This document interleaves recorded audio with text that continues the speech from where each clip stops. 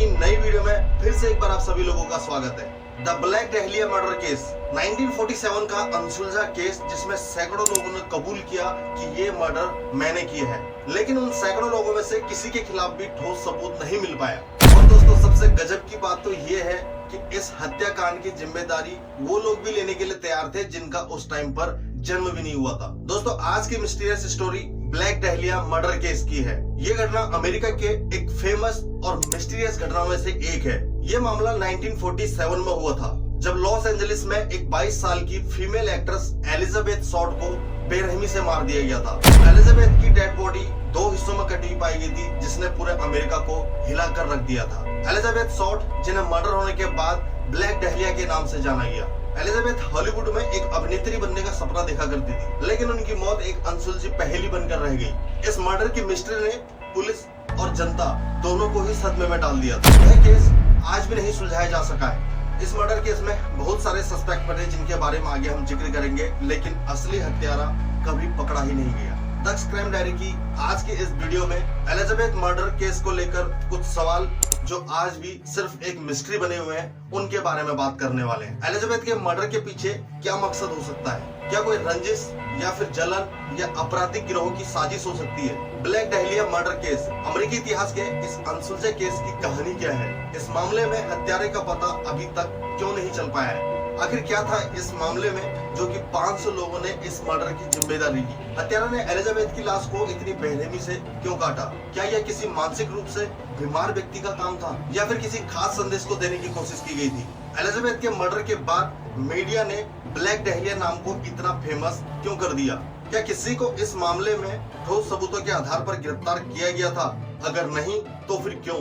क्या 1947 में Los Angeles police के पास तकनीकी कमियां थी जिसके कारण इस केस को सॉल्व नहीं किया गया? दोस्तों, वीडियो शुरू करने से पहले आपको याद दिला दूं, अगर आपने हमारा चैनल अब तक सब्सक्राइब नहीं किया है तो जल्दी से सब्सक्राइब वाले बटन पर क्लिक कर दें, क्योंकि बाद में आप लोग केस के रहस्यों में डूब जाते हो और चैनल को सब्सक्राइब करना भूल जाते हो। और अगर वीडियो आपको पसंद आ जाती है तो एक लाइक जरूर करना, और कमेंट के माध्यम से आप हमें बता सकते हो कि नेक्स्ट वीडियो आपको किस टॉपिक पर चाहिए। तो चलिए दोस्तों, शुरू करते हैं आज की true crime story Elizabeth murder case, जिसे दुनिया ब्लैक डहलिया के नाम से भी जानती है।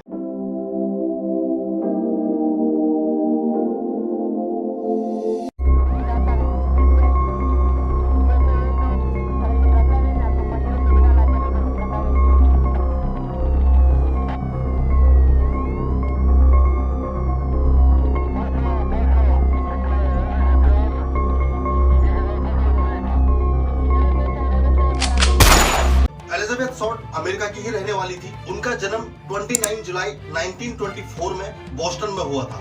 एलिजाबेथ को बचपन से ही मूवीज का शौक था और बड़े होकर एक सक्सेसफुल एक्टर बनना चाहती थी। अपनी आर्थिक स्थिति को सुधारने के लिए छोटी मोटी नौकरियां किया करती थी, लेकिन उनका असली अपना जो करियर बनाने का सपना था वो फिल्म इंडस्ट्री में था।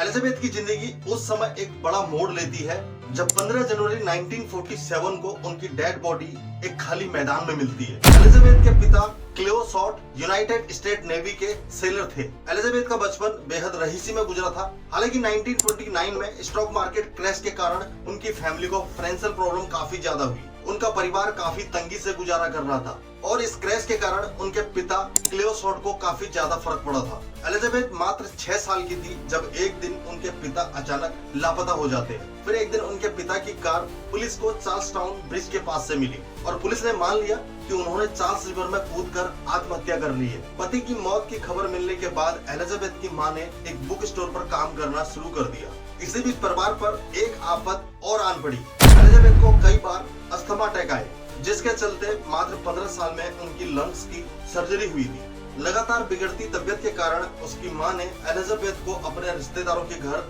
मियामी भेज दिया था। 1942 में एलिजाबेथ की मां को एक लेटर मिलता है, जिसमें उनके मृत घोषित हो चुके पिता का माफीनामा था। पिता ने कबूला कि आर्थिक तंगी के चलते वो काफी ज्यादा परेशान हो चुके थे। ऐसे में वो कैलिफोर्निया जाकर बस गए और अपनी नई जिंदगी वहीं शुरू कर दी। फिर उसके बाद 18 साल की उम्र में एलिजाबेथ को उनके पिता के पास रहने के लिए भेज दिया गया। एलिजाबेथ अपने पिता के साथ चली तो गई, मगर 6 साल की उम्र से अकेले रह रही इस एलिजाबेथ के लिए अब अपने पिता के साथ तालमेल बैठाना काफी ज्यादा मुश्किल था। आए दिन दोनों बाप बेटी के लड़ाई झगड़े होते रहते थे। इसी वजह से एलिजाबेथ ने 1943 में अपने पिता का घर छोड़ दिया। गुजारा करने के लिए एलिजाबेथ एक मामूली नौकरी करने लगी। इसी बीच एलिजाबेथ की मुलाकात यूएस एयरफोर्स के हाई क्लास वकील से होती है। कुछ समय बाद दोनों रिलेशन में आ गए और दोनों लिव इन में रहने लगे। अगर रिपोर्ट्स की माने तो वो शख्स उनके साथ मारपीट किया करता था। लगातार बढ़ते झगड़ों के चलते एलिजाबेथ 1943 के मिड में सेंटा बारबरा शिफ्ट हो जाती है। 23 सितंबर 1943 को एलिजाबेथ को अंडर एज होने के बावजूद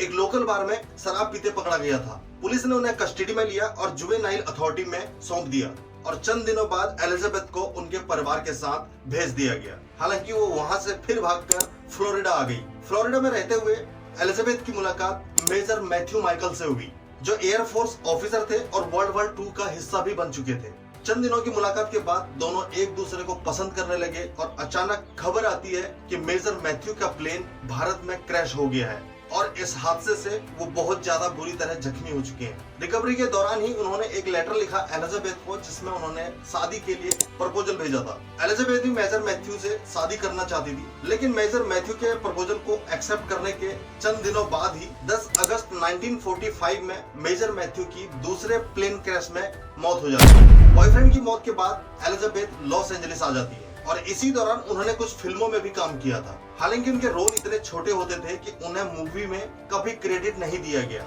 फिल्मों में छोटे मोटे रोल करने के बाद उन्हें लगा कि उनको अपना करियर इसी फिल्म इंडस्ट्री में बनाना चाहिए। उसी दौरान लॉस एंजलिस में एलिजाबेथ की मुलाकात एक 25 साल के सेल्समैन रॉबर्ट से होती है, जिनके साथ वह रिलेशनशिप में आ जाती है। वे दोनों 9 जनवरी 1947 को सैन डियागो से छुट्टियां मनाकर आ रहे थे। रॉबर्ट ने एलिजाबेथ को लॉस एंजलिस के बिल्टमोर होटल में छोड़ा था, जहां वो अपनी बहन से मिलने वाली थी, ऐसा एलिजाबेथ ने रॉबर्ट को बोला था। उसके बाद रॉबर्ट एलिजाबेथ को छोड़कर चला जाता है और एलिजाबेथ बिल्टमोर होटल में चली जाती है। एलिजाबेथ ने होटल के लॉबी से एक कॉल किया था, उसके बाद वहां से वो चली जाती हैं और उस दिन के बाद उन्हें किसी ने कभी नहीं देखा। 9 जनवरी 1947 को एलिजाबेथ अचानक गायब हो जाती हैं और इस घटना के बारे में जानकारी तब मिलती है जब 15 जनवरी 1947 सुबह के 10 बजे थे। लॉस एंजलिस की ही रहने वाली एक लेडी जिनका नाम बर्सिंगर था, वह अपनी बेटी को लेकर नॉर्टन एवेन्यू टहलने के लिए निकल जाती है। तभी उसकी नजर अचानक सड़क के किनारे कुछ अजीब सी चीज पर पड़ती है, जिसे देखकर पहले तो बर्सिंगर डर गई और फिर हिम्मत करते हुए उसके पास गई। जब उस लेडी ने पहली बार लाश देखी थी तो उसके होश उड़ गए थे। उसके बाद बर्सिंगर ने बताया कि उसकी बॉडी इतनी सफेद हो चुकी थी, पहले तो मुझे लगा कि शायद ये कोई पुतला है, लेकिन बर्सिंगर को एहसास हुआ कि वह एक रियल में कटी हुई डेड बॉडी देख रही है। उसके बाद बर्सिंगर ने देर ना करते हुए जल्दी से पुलिस को इन्फॉर्म किया और उस मैदान पर जो डेड बॉडी पाई गई थी वो एलिजाबेथ शॉर्ट की थी। बर्सिंगर यह देखकर दंग रह गई कि यह कोई पुतला नहीं है बल्कि किसी लड़की की लाश है। बेरहमी से किए गए इस कत्ल में हत्यारे ने एलिजाबेथ के मुंह, कान इन सबको चीर कर रख दिया था और एलिजाबेथ की डेड बॉडी पर कई गहरे घावों के निशान भी थे, जिसको उसके मरने के बाद अमेरिकी मीडिया ने ब्लैक डहलिया का नाम दिया। उसका शरीर कमर से 2 हिस्सों में बांटा गया था और उनके शरीर से मांस के टुकड़े काटकर अलग किए हुए थे। हैरान कर देने वाली बात तो ये थी, जहां एलिजाबेथ की डेड बॉडी मिली वहां पर कहीं भी खून नहीं गिरा था, जिससे साफ पता चलता है कि एलिजाबेथ का मर्डर कहीं और हुआ था, जहां से उस हत्यारे ने उसकी डेड बॉडी से सारे खून को यानी ब्लड को साफ कर उस जगह पर रख दिया था। उसके बाद वहां से मौके पर फरार हो गया। 16 जनवरी 1947 को एलिजाबेथ की ऑटोप्सी रिपोर्ट आई। इसमें सामने आया कि एलिजाबेथ के सिर, गर्दन और कलाइयों में गहरे चोट के निशान थे और राइट साइड की ब्रेस्ट को भी काटा गया था। रिपोर्ट्स के अनुसार उनके शरीर को हत्या करने के बाद एक खास तकनीक से काटा गया था। मौत से पहले उन्हें काफी ज्यादा टॉर्चर किया गया था और एक समय जब पूरा खून बह गया उसके बाद उन्हें वहां से फेंका गया। मारपीट और टॉर्चर के चलते उनकी हेमरेज से मौत हो जाती है और डॉक्टर्स को शक था कि उनका रेप भी किया गया था। हालांकि बॉडी में कोई स्पर्म ट्रेसेस नहीं मिले थे। एलिजाबेथ हत्याकांड के बाद लॉस एंजलिस में सनसनी मच गई थी। मीडिया हाउस में उनकी मौत की अलग अलग थ्योरी सामने आने लगी थी। उसके बाद अमेरिकी मीडिया ने उन्हें ब्लैक डहलिया का नाम दिया। दोस्तों, डहलिया एक फूल का नाम है और एलिजाबेथ को मरने से पहले आखिरी बार ब्लैक ड्रेस में देखा गया था और वह डहलिया फूल का इस्तेमाल किया करती थी, जिस वजह से मीडिया ने उसको ब्लैक डहलिया का नाम दे दिया। एलिजाबेथ की हत्या की खबर पूरे देश में फैली, जिससे लोगों में डर फैल रहा था। इसी बीच फेमस न्यूज़पेपर एग्जामिनर के ऑफिस में एक शख्स पहुंचता है जिसने दावा किया कि उसने एलिजाबेथ की हत्या की है। हालांकि उसके बाद पुलिस इन्वेस्टिगेशन में उनका दावा गलत निकला। 24 जनवरी 1947 को द एग्जामिनर न्यूज़पेपर के ऑफिस में एक गुमनाम लिफाफा भेजा गया जिसमें एलिजाबेथ के बर्थ सर्टिफिकेट, बिजनेस कार्ड और कुछ फोटोज थी। उस लिफाफे को जब जांच के लिए भेजा गया तो सामने आया कि पहचान को गुप्त रखने के लिए लिफाफे और लिफाफे के अंदर जो चीजें थी उनको पेट्रोल से धोया गया था। ठीक इसी तरह एलिजाबेथ की बॉडी से भी फिंगरप्रिंट्स को मिटाने के लिए उसकी बॉडी को पेट्रोल से धोया गया था, जिसके बेस पर पुलिस का मानना था कि ये लिफाफा 100% हत्यारे ने ही भेजा है। हालांकि उसके बाद इन्वेस्टिगेशन में पुलिस के हाथ कुछ भी नहीं लगा। उसी के अगले दिन 25 जनवरी 1947 को द एग्जामिनर को एक और पैकेट मिला जिसमें एक हैंडबैग और एक जूता था और पुलिस ने अपनी इन्वेस्टिगेशन में पाया कि इन चीजों को भी पेट्रोल से धोया गया है। हालांकि इसके जरिए भी पुलिस हत्यारे तक पहुंचने में नाकाम रही। ऐसे ही कई मामले सामने आए। कई बार द एग्जामिनर को इस तरह हाथों से लिखे हुए लेटर मिले जिसमें शख्स ने खुद को हत्यारा बताते हुए पुलिस को मिलने का समय और पता दिया था, लेकिन ये लेटर हर बार झूठे और गुमराह साबित करने वाले होते थे। ये जितने भी लेटर्स भेजे गए थे केवल पुलिस को गुमराह करने के लिए भेजे गए थे। एक सुसाइड नोट जिससे एलिजाबेथ के हत्यारे ने लिखा था। फ्लोरिडा बीच के एक केयरटेकर को 14 मार्च 1947 को जूते के अंदर रखा हुआ एक लेटर मिलता है, यानी जिसे सुसाइड नोट बोला गया था, जिसमें उस शख्स ने दावा किया था कि उसने एलिजाबेथ का मर्डर किया है। और उस नोट में लिखा हुआ था, मैंने इंतजार किया कि एलिजाबेथ के मर्डर के बाद पुलिस मुझ तक पहुंच जाएगी, लेकिन वो मुझ तक नहीं पहुंच पाए। मैं डरपोक हूँ, मैं सबके सामने नहीं आ सकता, इसलिए आत्महत्या कर रहा हूँ। मैं इसमें खुद की भी कोई मदद नहीं कर सकता। और उस नोट के लास्ट में लिखा था, सॉरी मैरी। मैरी शायद उस आदमी की वाइफ या फिर लवर हो सकती है। फ्लोरिडा बीच पर उस लेटर के साथ उस आत्महत्या करने वाले शख्स का कुछ सामान भी बरामद हुआ था और जिसमें एक एड्रेस बुक भी थी जिसमें लॉस एंजलिस के मशहूर बिजनेसमैन मार्क हैंसन का नाम भी था। मार्क हैंसन एक नाइट क्लब और एक थिएटर के मालिक थे। हैंसन की गिरफ्तारी के बाद इस केस में एक नई दिशा मिली और हैंसन वाकई में एलिजाबेथ को जानते थे। उसके बाद हैंसन ने पुलिस को बताया कि द एग्जामिनर के ऑफिस में जो बैग और जूता है वो एलिजाबेथ का ही है। इसी बीच पूछताछ के दौरान एलिजाबेथ के रूममेट और उसके दोस्तों ने बताया कि हैंसन एलिजाबेथ से सेक्सुअल फेवर मांग रहे थे, जिसके लिए एलिजाबेथ ने साफ मना कर दिया था। उसके बाद पुलिस ने मार्क हैंसन को सस्पेक्ट मानते हुए अपनी इन्वेस्टिगेशन को आगे शुरू किया। वहीं एक डिटेक्टिव इटवेल का मानना भी यही था कि हैंसन ने एलिजाबेथ से बदला लेने के लिए अपने दोस्तों से इसकी हत्या करवाई है और बाद में उसने आत्महत्या कर दी है। हालांकि हैंसन के खिलाफ कभी कोई सबूत नहीं मिल पाया। इस मामले में 150 से भी ज्यादा लोगों से पूछताछ की गई और 1000 से भी ज्यादा टीम मेंबर इस काम को दिन रात करने में लगे हुए थे, लेकिन फिर भी कभी कातिल का पता नहीं चल सका। करीब 500 लोगों ने अलग अलग समय पर एलिजाबेथ के हत्याकांड को कबूला कि हाँ भाई ये खून हमने किया है, लेकिन पॉलीग्राफी टेस्ट के बाद सारे दावे झूठे निकलते थे। हत्या का आरोप अपने सिर लेने वाले कुछ लोग तो ऐसे भी थे जिनका एलिजाबेथ की मौत के समय जन्म भी नहीं हुआ था। ये केस तो नहीं सुलझ पाया, लेकिन एलिजाबेथ के ऊपर कई मूवीज और सीरीज भी बनाई जा चुकी हैं और किताबें तो बहुत ज्यादा लिखी गई हैं। एलिजाबेथ पर पहली मूवी साल 1975 में हु इज ब्लैक डहलिया ये मूवी रिलीज हुई जिसने हॉलीवुड में धूम मचा दी थी। उसके बाद द ब्लैक डहलिया साल 2006 में रिलीज हुई। ठीक 5 साल बाद साल 2011 में एक वेब सीरीज रिलीज हुई, अमेरिकन हॉरर स्टोरी, जिसके पूरे 12 एपिसोड बनाए गए। साल 2018 में एक और वेब सीरीज बनाई गई जिसका नाम था रिटर्न टू मर्डर हाउस। इसके भी बहुत सारे एपिसोड बनाए गए। समय समय पर 500 लोगों ने इस क्राइम को कबूला, लेकिन कोई ठोस एविडेंस नहीं मिला जो क्राइम को साबित कर सके। 500 लोगों ने इस केस को जरूर कबूला था, लेकिन उन 500 लोगों में मात्र 6 लोग ऐसे आए जो मेन सस्पेक्ट बने। इस मामले से जुड़े पुलिस डिपार्टमेंट के एक डिटेक्टिव स्टीव होडल ने अपने पिता जॉर्ज होडल पर एलिजाबेथ के मर्डर का शक जताया। उनके पिता एक सर्जन थे और उन पर पहले ही कई मर्डर्स के केस लगे हुए थे। हालांकि वो आरोप कभी साबित नहीं हो पाए। एलिजाबेथ के मामले में जॉर्ज होडल का नाम आना एक मेन रीजन ये भी है। डॉक्टर्स का मानना था कि एलिजाबेथ की बॉडी को जिस तरह से काटा गया है वो किसी सर्जन का ही काम हो सकता है, क्योंकि एलिजाबेथ की डेड बॉडी को इस तरह से सटीक तरीके से काटा गया था जो केवल एक मेडिकल प्रोफेशन के लिए ही मुमकिन हो। राइटर जॉन स्नोटन का दावा, मैंने अपने पिता को एलिजाबेथ की हत्या करते हुए देखा था। उन्होंने साल 1947 में जब वो 10 साल के थे अपने पिता जॉर्ज नॉर्टन को एलिजाबेथ की हत्या करते हुए देखा था। दावे के अनुसार जॉर्ज ने एलिजाबेथ के शरीर का शोषण करने के बाद हथौड़े से उसको मार दिया था। उसके बाद जेनिस नॉर्टन ने साल 1995 में daddy was the black dahlia killer नाम की एक बुक को पब्लिश किया। हालांकि इस बुक में जितने भी घटनाक्रम बताए गए वो रियल घटना से बिल्कुल अलग थे। लेस्ली डिलन और जेफ कॉर्नर नाम के दो दोस्तों ने मार्क हैंसन नाम के व्यक्ति जो लॉस एंजलिस में बिजनेसमैन हुआ करते थे, उनके कहने पर इस घटना को अंजाम दिया। जैक सैंड के एक आदमी ने इस बात का खुलासा किया।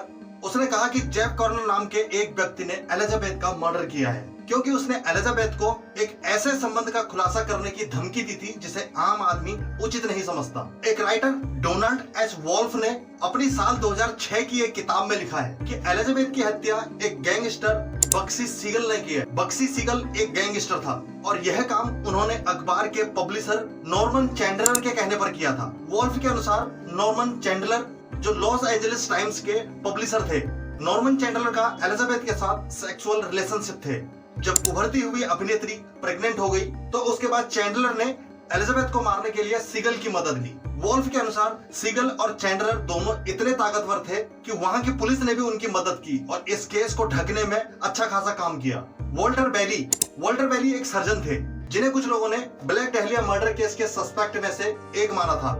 ऐसा कहा जाता है कि डॉक्टर वॉल्टर बेली ने गुस्से में आकर एलिजाबेथ की हत्या कर दी थी। एलिजाबेथ की डेड बॉडी को बड़े ही सटीक तरीके से दो हिस्सों में काटा गया था, जो किसी अनुभवी सर्जन का काम लग रहा था और वॉल्टर बेली उस टाइम एक अनुभवी सर्जन थे। ब्लैक डहलिया मर्डर केस के सस्पेक्ट में एक चौंकाने वाला नाम ऑर्सन वेल्स उस समय एक्टर और डायरेक्टर दोनों का काम किया करते थे। एक राइटर मैरी पेसियोस ने अपने 1999 की एक बुक में इस फेमस मूवी डायरेक्टर के बारे में चर्चा की है। पेसियोस का मानना था कि वेल्स ने 1940 के दशक में एक मैजिक एक्ट किया था जिसमें वह महिलाओं को दो हिस्से में काटने का एक्ट किया करते थे और वेल्स ने ही कुछ पुतलों को डिजाइन किया था जिनका फेस एलिजाबेथ की तरह था। और पेसियोस ने इस बात पर जोर दिया कि ये जो पुतले बनाए गए थे ये एलिजाबेथ की मर्डर से 3 महीने पहले बनाए गए थे। सालों बाद फिर से एक डिटेक्टिव का खुलासा सामने आता है। मैंने हत्यारे को देखा था। एलिजाबेथ के मामले से जुड़े असल डिटेक्टिव रोल्फ एस्डल ने साल 2003 में टाइम्स मैगजीन को दिए एक इंटरव्यू में बताया था कि उन्होंने एलिजाबेथ के हत्यारे से पूछताछ की थी, लेकिन एविडेंस की कमी के चलते उसको छोड़ दिया गया। रोल्फ के अनुसार जहां पर एलिजाबेथ की डेड बॉडी मिली थी वहां पर एक व्हाइट कलर की सेडान कार में एक आदमी को देखा गया था। उस जगह से गुजरते हुए एक शख्स ने वहां रुककर कार से एक बैग को ठिकाने लगाते हुए देखा था। जिस समय उस कार को देखा गया था उस समय कार का एक दरवाजा खुला हुआ था, जबकि वह शख्स उस कार से उतरकर कुछ कर रहा था और वो शख्स पास ही के एक रेस्टोरेंट में काम किया करता था। उसे पूछताछ के लिए भी बुलाया गया था, लेकिन सबूतों की कमी के कारण उसको छोड़ना पड़ा। इस मामले में पुलिस को टोटल 150 लोगों पर शक था। करीब 1000 लोगों की टीम ने इस केस को सुलझाने की हर मुमकिन कोशिश की, लेकिन इस मर्डर की गुत्थी 77 साल तक अनसुलझी ही रही। एलिजाबेथ शॉर्ट की मौत अमेरिकी इतिहास की सबसे क्रूर हत्याकांड माना जाता है और वहीं टाइम्स मैगजीन ने इस हत्याकांड को पुराने और रहस्यमयी केसों में शामिल कर दिया था। तो दोस्तों, इस वीडियो के बारे में आपकी क्या राय है? आप हमेशा की तरह हमें कमेंट करके बता सकते हैं और इसी तरह की mysterious story, true crime story और रियल घोस्ट स्टोरी सुनने के लिए हमारे दक्ष क्राइम डायरी चैनल से हमेशा के लिए बने रहें। चैनल को जल्दी से सब्सक्राइब कर दें ताकि हमारी हर नई वीडियो आपके पास सबसे पहले पहुंच सके। अगर आप इस तरह की मिस्ट्रीज वीडियो में इंटरेस्ट रखते हैं तो स्क्रीन पर आपको जो 2 वीडियो नजर आ रही हैं 1920 बॉम्ब ब्लास्ट की कहानी, कैसे इसने अमेरिका को हिलाकर रख दिया था, पूरी वीडियो में मैंने आपको डिस्कस करके बताया। दूसरी वीडियो द तमाम शुद्ध केस जिसने पूरे ऑस्ट्रेलिया पुलिस को हिलाकर रख दिया था, और ये दोनों घटनाएं सच्ची घटना पर आधारित हैं।